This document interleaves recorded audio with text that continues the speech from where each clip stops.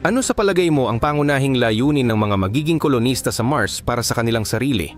Siyempre, sa terraforming at pagtira sa isang walang buhay na katawan sa kalawakan. Pero ganoon nga ba ito kadesyerto?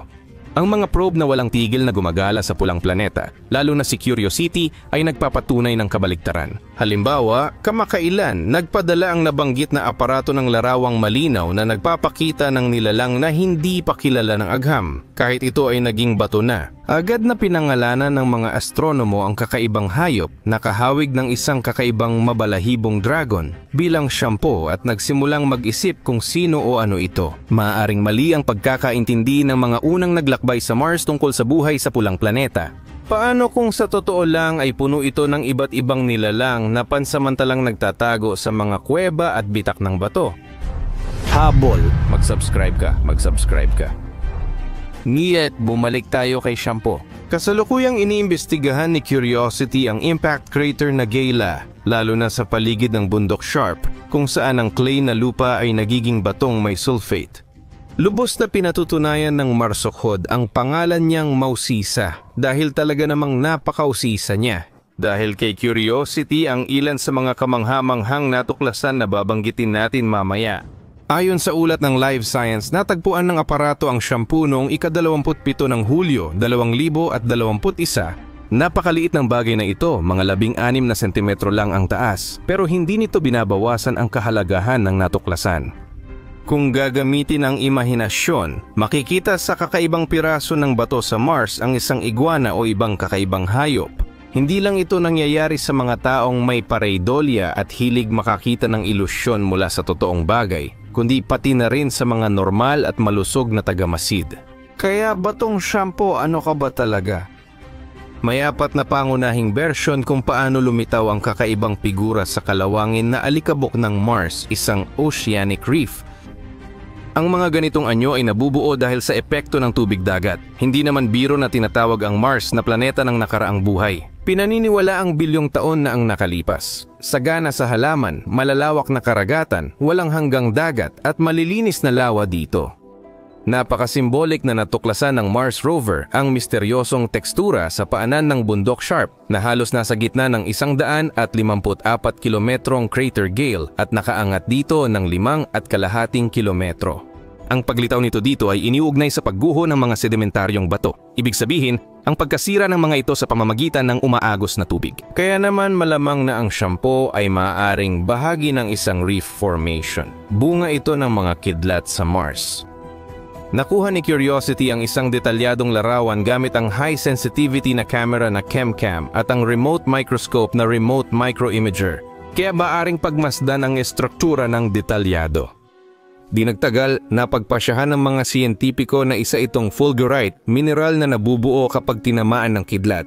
Bihira ito sa daigdig, karaniwan lang sa bulubundukin makikita. Alam na ng mga astronomo ang tungkol sa mga bagyo sa Mars, kaya naman isang grupo ng mga espesyalista ang nagkategorya kay shampoo bilang isang fulgurite. Kahanga-hanga na ang kidlat na kayang gawing salamin ng buhangin, quartz, silicon dioksido at iba pang bato ay dapat may pambihirang lakas. Halimbawa, ang level ng pagkatunaw ng buhangin ay higit sa 1,700 degrees Celsius. Hindi nakapagtataka na may natitirang kahalintulad na istruktura pagkatapos ng nuklear na pagsabog sa lupa. Isang figura mula sa lava. Karaniwan lang ang ikatlong bersyon. Ang estrukturang natuklasan sa hangganan ng mga clay sulfate na lupa ay nabuo dahil sa dating aktibidad ng bulkan sa pulang planeta. Ibig sabihin si Shampoo ay isang kakaibang alaala ng sinaunang panahon sa Mars dahil ang Gale crater ay mga 3 at 8 ika-10 bilyong taon na ang tanda, isang kinatawan ng fauna ng Mars. Isa ito sa mga pinaka-exotikong hypothesis na nagsasabing ang kakaibang estruktura ay walang iba kundi isang hayop na naging bato milyon-milyong taon na ang nakalipas matapos tamaan ng kidlat. Bilang alternatibo, siya ay natabunan ng lava. Kung totoo ito, ibig sabihin ay nagkaroon talaga ng buhay sa Mars. Posible kaya na may ilang anyo nito na nanatili hanggang ngayon? Iwan na natin ang pagsagot sa mga tanong na ito sa mga puting ulong siyentipiko at balikan natin kung ano pa ang natuklasan ng Curiosity rover sa loob ng 9 na taon nito sa Mars. Ngayon, umaakyat ang aparato sa bundok Sharp, patuloy na sinusuri ang lupa at paminsan-minsan ay may natutuklasang kawili-wiling bagay sa crater Gale. Halos lahat ng artepakto mula sa Mars rover ay binibigyan ng mga tao at astronomo ng katangiang parang tao.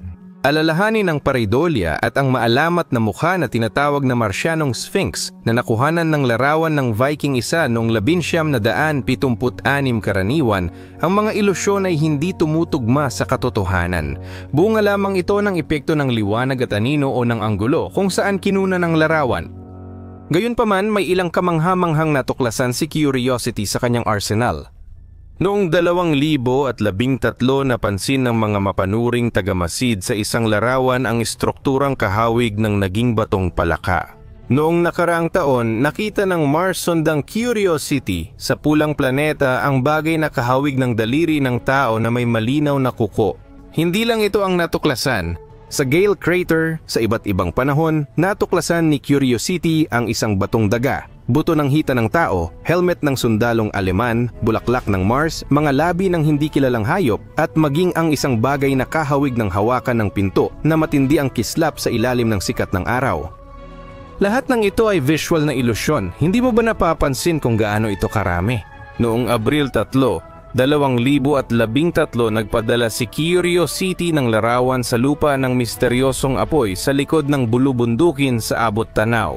Ayon sa mga siyentipiko, teknikal ang dahilan ng fenomenong ito at iniisip nilang liwanag lang mula sa kamera ng Mars rover. Gayunpaman, malaya ang lahat gumawa ng sariling konklusyon.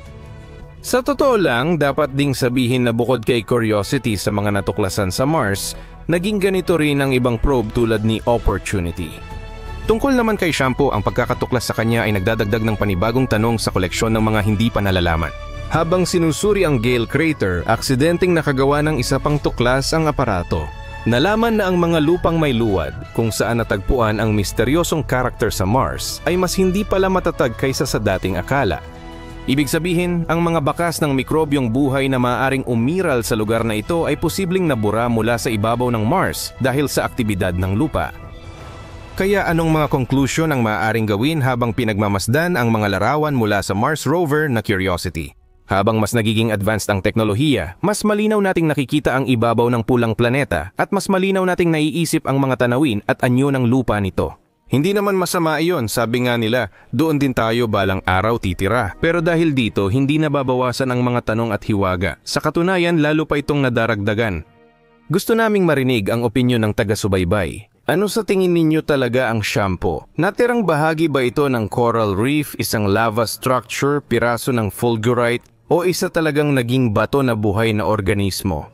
Noong 1826 nilikha ng inventor na Pranses na si Joseph Nicephore ang unang heliograbura sa plato na may patong ng bitumen. Nananatili pa rin ang platong ito at ito ang pinakaunang litrato sa mundo na kuha mula sa totoong tanawin.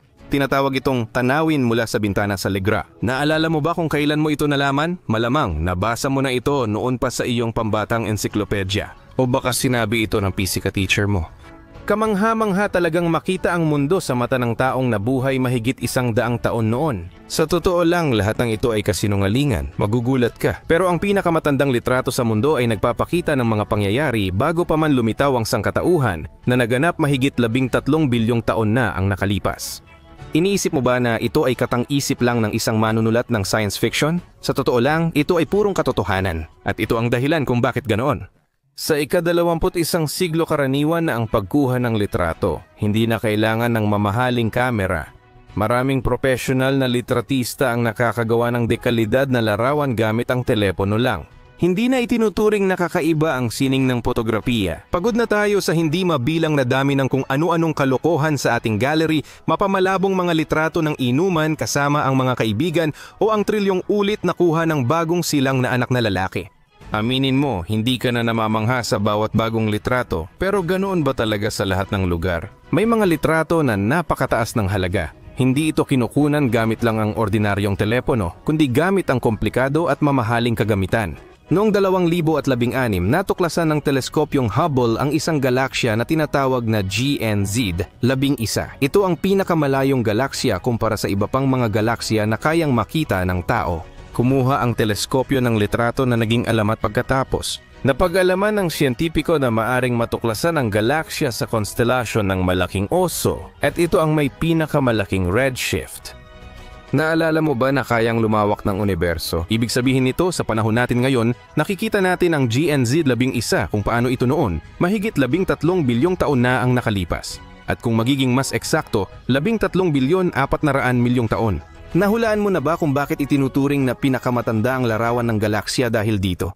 Ang mga kaganapang ipinapakita rito ay hindi na nangyayari ngayon. Maaari mong sabihin na nauna si Joseph Nicephore kumuha ng larawan ng tanawin sa Legra kaysa sa Hubble Telescope.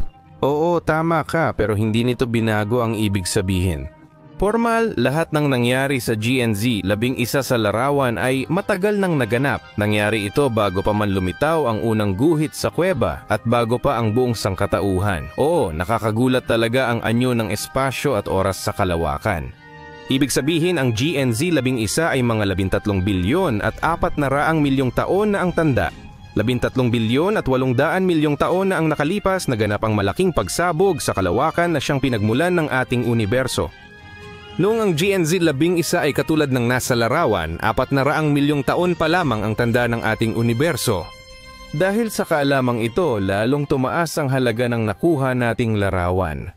Bagaman maraming mga aparato na ang inilunsad bago nito, naging isa si Hubble sa pinaka-functional at mas malaki kaysa sa mga nauna sa kanya. Kaya naman mahigit 30 taon na itong ginagamit. Inilagay si Hubble sa orbit at maaring isipin ng marami na ito ay isang hindi angkop na desisyon. Ngunit may paliwanag dito. Hindi natin kayang maitala mula sa mundo ang mga pagbugso ng enerhiya tulad ng X-ray at gamma rays dahil hinaharangan ito ng ating atmosfera.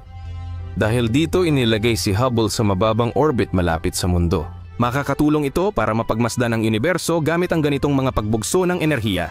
Bilang resulta, hindi matatawaran ang halaga ng teleskopyong ito para sa pandaigdigang agham. Pero paano nga ba ginawa mismo si Hubble? Ginawa ng mga siyentipiko ang teleskopyong ito para makita ang ultraviolet at infrared na enerhiya. Dahil dito mas matagal itong ginawa kaysa sa inaasahan. Ano pa ang masasabi tungkol sa oras? Lumampas sa budget ang mga inventor. Mula sa planong 400 milyon naging 6 na bilyon ang gastos. At hindi pa kasama rito ang mga 650 milyon na ibinigay ng European Space Society. Kung ikukumpara, milyon lang ang taunang kita ng mga bansa. Ano nga ba ang kakaiba kay Hubble? Saan nga ba napunta ang ganoong kalaking halaga? Ang pangunahing pagkakaiba ng teleskopyo sa karaniwang kamera ay gumagamit ito ng salamin, hindi lente. Malaking bagay ang optika. Ang sistemang ito ang tumutulong makita ang infrared at ultraviolet na saklaw. Noong Abril 25, 1970 matapos ang mahabang paghahanda, nailagay na sa orbit ang teleskopyo, ngunit saglit lang ang tuwa ng komunidad ng kalawakan. May problema sa pinakaimportanteng bahagi, ang salamin. Hindi makakuha ng malinaw na imahe ang teleskopyo dahil masyadong pinaplat ang mga gilid nito nung pinakintab ito. Inabot ng 3 taon bago nalutas ang problema. Pagkatapos lang nito nagsimulang gampanan ni Hubble ang kanyang pangunahing misyon, ang kumuha ng mga larawan ng kalawakan. Sa panahong iyon, nakakuha ang mga siyentipiko ng natatanging larawan. Ang teleskopyong ito ay sumasaklaw ng malalawak na teritoryo, hindi tulad ng ibang mga modelo, at nakakakita ng maraming uri ng electromagnetic radiation. Isang mahalagang kaganapan sa paggamit ng teleskopyo ay ang tinatawag na redshift. Ang pangunahing ideya ng prosesong ito ay patuloy na lumalaki ang universo at kasabay nito ay humahaba rin ang haba ng liwanag na dumadaan dito. Kaya kapag lumalapit ang mga alon kay Hubble, mas mahaba na ang mga ito kaysa dati. Ibig sabihin, maaari nating sabihin na mas magiging mapula ang liwanag kung mas malayo ang isang bagay, hindi ba? Mas malaki ang redshift at mas matagal na maglalakbay ang liwanag sa kalawakan. Ganito natin nakuha ang pinakamatandang larawan sa mundo. Akala mo ba iyon na yon, may iba pang natuklasan ng mga siyentipiko. Sa mas malalim na pag-aaral, nalaman nila na malamang sa GNZ-11, malapit nang mabuo ang mga unang bituin, ang mga pinagmumulan ng liwanag. Maaaring hindi na natin nakuha ang pinakamatandang larawan dahil halos lampas na sa abot tanaw ng Hubble ang kalawakan.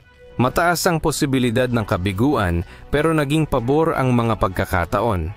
Ang GNZ-11 ay napakalayo mula sa teleskopyo at habang papalapit ang liwanag, tumawid ito sa ibang kalawakan.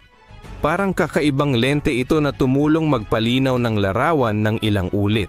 Kung hindi ito nangyari, hindi sana nakarating ang mga alon ng liwanag sa teleskopyo at nagkahiwa-hiwalay na lang sa iba't ibang direksyon. Sana hindi nyo iniisip na larawan lang ng GNZ-11 ang ganoon katanda. Pangalawa, sa pinakamatanda ang galaksya EGSY 8P7 na ang edad ay 200 milyon lang ang agwat kumpara sa GNZ-11. Sa mas batang henerasyon ng mga galaksya kabilang ang A2744 WD4 na sa panahon ng larawan ay 600 milyong taon pa lang.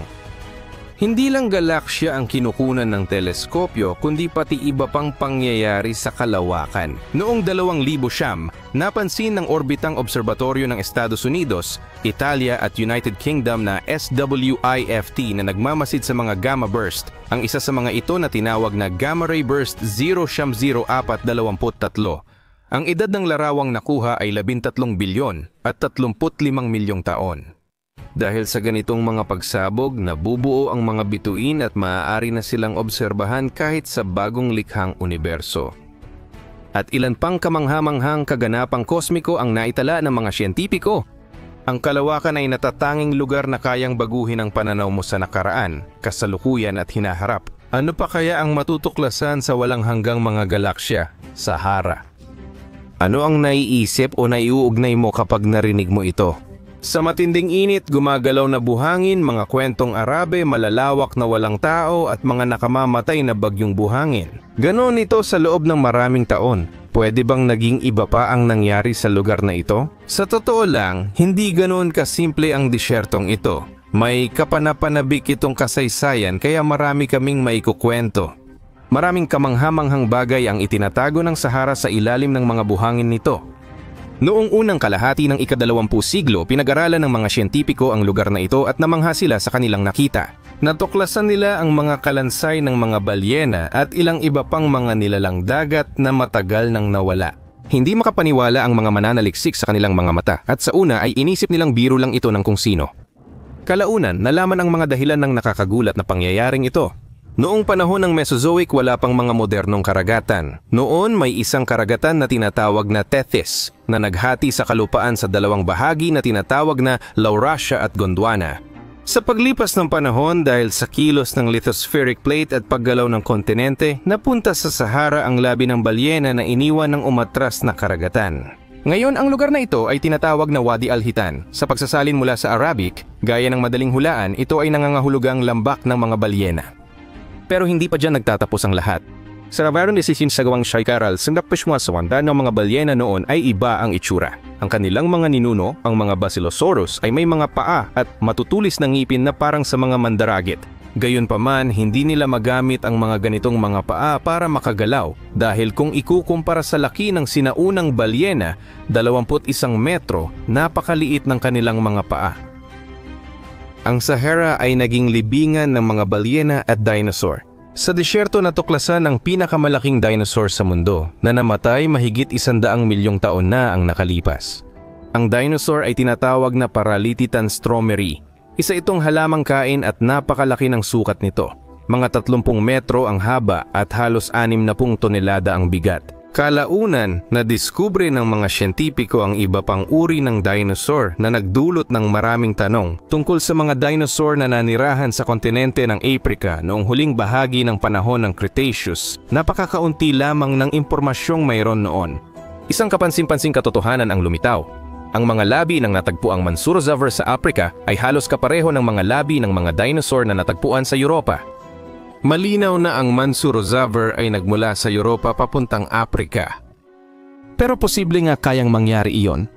Bago nito, ipinakita ng mga pag-aaral na hindi angkop ang mga dinosaur para sa paglalakbay ng ganoong kalalayong distansya, lalo na't ang mga kontinente ay hiwalay na noon.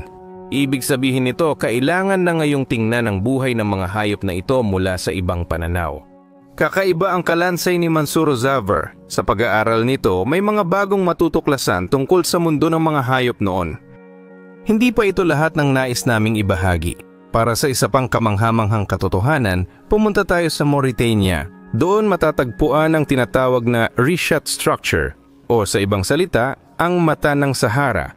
Isa itong geological formation na kahawig ng isang crater at parang katulad ng mga nakikita sa ibabaw ng buwan. Ang formasyong ito ay may mga singsing na may 50 kilometro diametro. Ang mata ng Sahara ay kitang-kita kahit mula sa kalawakan, kaya matagal itong naging palatandaan para sa mga astronaut. Natuklasan ang formasyong ito noong 1965 ng Gemini 4, isang Amerikanong sasakyang pangkalawakan. Dito nalaman ng mundo ang tungkol sa estruktura ng Richat. Naging interesado ang mga siyentipiko sa bagay na ito dahil wala pang nakakaalam ng mga dahilan kung bakit ito nabuo. Maaring bakas ito ng pagbagsak ng meteorite pero walang makitang palatandaan ng tama. Maaring may bulkan noon dito pero hindi nakita ng mga siyentipiko ang karaniwang mga bato roon. Ang mga hindi malapit sa agham ay naniniwalang may nilalang mula sa ibang planeta na napunta roon o minsang umunlad doon ang Atlantis. Kahit ano ang totoo, pinaniniwala ang sanhi ng pagkasira ng lugar ay erosyon, pero may mga hindi sang-ayon sa teoryang ito. Dahil pantay ang hugis ng mga singsing sa estruktura ng Richat, hindi ito karaniwan sa epekto ng erosyon. Ano man ang tunay na pinagmulan ng formasyong ito, itinuturing itong isa sa mga pinakakakaiba sa buong mundo. Maaaring hindi nito kailanman ibunyag ang lihim nito sa sangkatauhan. Siguradong namangha ka pero hindi pa dyan natatapos. Paano kung sabihin ko na 6,000 taon lang ang nakalipas, ang Sahara ay puno ng luntiang burol at dalisdis? May mga taong namumuhay, nagpapastol at nagtayo ng mga nayon doon. At hindi rin sila nagrereklamo sa palagiang init ng araw. Napaka-komportable ng panahon noon, laging umuulan. Sa gitna ng namumulaklak na tanawin, dumadaloy ang sinaunang ilog na tamang Rasset patungong Atlantikong karagatan na may maraming sanga. Maging ang mga siyentipiko ay tinantiya ang tinatayang haba nito. Ang tamang Rasset ay dapat mga 500 kilometro ang haba. Paano nila nalaman ang pag-iral nito? 6 na taon na ang nakalipas. Noong 2015 taon, may satellite na lumipad sa ibabaw ng kontinente ng Aprika at kumuha ng mga larawan ng anyong lupa na kahawig ng natuyong ilog. Iyon ang naging konklusyon ng mga siyentipiko base sa kakaibang hugis ng mga gilid ng bagay na ito. Naaalala pa natin mula sa heograpiya ang lawa ng Chad na makikita sa mapa ng Aprika. Sa totoo lang, mayroon itong ninuno, ang lawa ng Mega Chad o Paleo Chad. Ang laki nito ay mas malaki pa kaysa sa dagat Caspian at umaabot ng humigit kumulang 370,000 kilometro kwadrado. Ibig sabihin, kung hindi naging simpleng Chad ang lawa ng Mega Chad, ito sana ang magiging pinakamalaki sa buong mundo. Sa mga litrato na kuha ng mga satellite ng National Aeronautics and Space Administration, kitang-kita pa rin ang mga natitirang bakas ng dating napakalaking lawa. Ito ang mga labi ng kakaibang nakaraan ng kontinente na malabong muling mabuhay pa. Pero bakit biglang nagbago ang lahat? Bakit ang lugar na ito ay biglang nagdusa sa tagtuyot at naging isang walang katapusang malupit na disyerto? Wala pa ring tiyak na sagot sa tanong na ito hanggang ngayon. Maraming teorya ang inilalabas ng mga siyentipiko tungkol sa nangyari. Sabi ng isa, ang aksis ng mundo ang sanhi ng lahat ng problema. Nangalap ng sample ng alikabok ang mga siyentipiko sa kanlurang kontinente at nagsagawa ng pag-aaral. Bilang resulta ng kanilang pag-aaral, lumitaw ang isang hypothesis na sa hilagang Aprika ay nagkakaroon ng pagbabago ng klima mula sa basa patungo sa tuyo depende sa pagkakakiling ng aksis ng mundo. Ang mga pagbabagong ito ay nangyayari halos bawat 20,000 taon. Ang liwanag ng araw ay naiipamahagi ng iba-iba dahil mismo sa pagkakakiling ng aksis ng mundo. Kapag kaunti ang liwanag, mas maraming tuyong lugar, kabaliktaran kapag marami. Batay dito, maaaring sabihin na pagkatapos ng ilang panahon, muling magbabago ng malaki ang klima sa Sahara at mas marami ng ulan ang babagsak. Isa pang teorya ang inilahad ng siyentipikong si David Reid. Naniniwala siya na natuyot ang Sahara dahil sa pagpapalaki ng mga alagang hayop. Ang mga hayop ay nanginginain sa malalawak na teritoryo, nauubos ang mga halaman at natatapakan lang ang hindi nila nakakain. Dahil dito, nawala sa lupa ang natural nitong harang na tumutulong magbalik ng kaunting sikat ng araw. Dahil wala ng mga halaman, halos lahat ng sikat ng araw ay hindi na nasisipsip, kundi napupunta na lang sa atmosfera. Umiinit ang atmosfera, kaya biglang bumaba ang dami ng ulan. Dito nagsimula ang tagtuyot at pagkawala ng mga tanawin. Nawala ang mga halaman, kaya naging ganito ang Sahara tulad ng alam natin ngayon. Hindi dapat isisi lahat sa mga hayop. Sila ang nagpasimula ng pagbago ng masaganang rehiyon tungo sa hindi kaaya-ayang disyerto. Hindi lahat ay sumang-ayon sa ganitong palagay. Noong 2018, lumitaw ang isang kabaligtarang bersyon. Ayon sa ilang siyentipiko, kung walang pagpapalaki ng kambing, baka at tupa, maaaring dumating ang tagtuyot 500 taon ng mas maaga. Ayon sa mga pag-aaral, panapanahong inililipat ng mga naninirahan sa rehiyong ito ang kanilang mga alagang hayop mula sa isang lugar patungo sa iba na nakatulong upang mapahaba ang buhay ng mga luntiang damuhan. Mahirap isipin kung ano pa ang maaaring matagpuan sa ilalim ng gumagalaw na buhangin ng Sahara. Maaaring ito ay mga hindi pa natutuklasang uri ng hayop o baka naman buong sinaunang mga pamayanan. Iyan mga satellites sa regular na pinarito yung fokabang syabaka sa teritoryo ng Africa. Ipinapakita ng lahat ng mga natuklasan kung gaano kapanabik ang kasaysayan ng pinakamainit na kontinente sa mundo. Noong araw, may mga luntiang damuhan dito kung saan nagpapastol ng mga hayop ang mga tao, nagsasaka at nagtayo ng buong mga lungsod. Ngayon, ang pamumuhay sa Sahara ay parang impyerno. Maaaring maipit ka sa gumagalaw na buhangin o maghanap ng silungan mula sa buhawi. Sa tingin mo ba malalaman pa natin ang mas marami tungkol sa misteryosong nakaraan ng Sahara? Isipin mong ikaw ay makakatulong sa mundo na matuklasan ang isang bagay na bago na hindi pa alam ng sangkatauhan. Isang bagay na maaring magpabago ng lahat ng ating mga pananaw tungkol sa buhay. Maaari kang makatulong na mapalapit tayo sa isang sensational na tuklas sa pamamagitan lamang ng isang click ng mouse sa pindutan ng like. Dahil dito, mas maraming tao ang makakapanood ng video at makakapagbahagi ng opinyon tungkol sa misteryosong at interesting na paksa. Sino mang may malasakit ay maaaring mag-ambag sa pag-unlad ng agham sa ganitong paraan. Kami naman ay magsisikap gumawa ng mas marami pang ganitong makabuluhang content para sa inyo.